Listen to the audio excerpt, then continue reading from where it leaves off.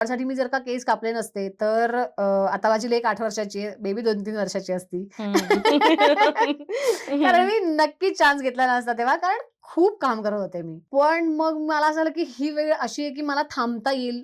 योग्य वयात योग्य आपल्याला निर्णय घेता येतील फॅमिली संदर्भातले आणि काहीतरी नक्कीच मला हिंदीची दारं उघडतील हो, असंही एक दिसत हो. होतं डोळ्यासमोर आणि खूप वेगळ्या लोकांपर्यंत मी पोहोचेन. वेगळा क्राउड कारण खूप वेगळे लोकं इन होत गेले त्या 2015 मध्ये तुंबाडच्या प्रोजेक्टमध्ये. हं. तर मग मी आदित्यला म्हणलं, की मला हे करायचंय आणि तर तो म्हणला म्हणजे माझ्या नवऱ्याने मला आठवतंय, की असा रात्री फोन केला होता मी त्याला. मला आठवतंय मला तो म्हणला, की "हे बघ मला प्रॉब्लेम काहीच नाहीये. तू ठरव तुझ्या करिअरमध्ये तुला काय योग्य वाटतंय किंवा काय केल्याने तुझी ग्रोथ होणार आहे, हा निर्णय तुला घ्यायचा आहे. मला त्यातलं काहीही कळत नाही." पण म्हणजे त्याचं फक्त गमतीत तो म्हणाला, की "हे बघ उद्या त्या डोक्यावर केस आले आले नाहीत तर माझं डोकं खात बसू नकोस फक्त."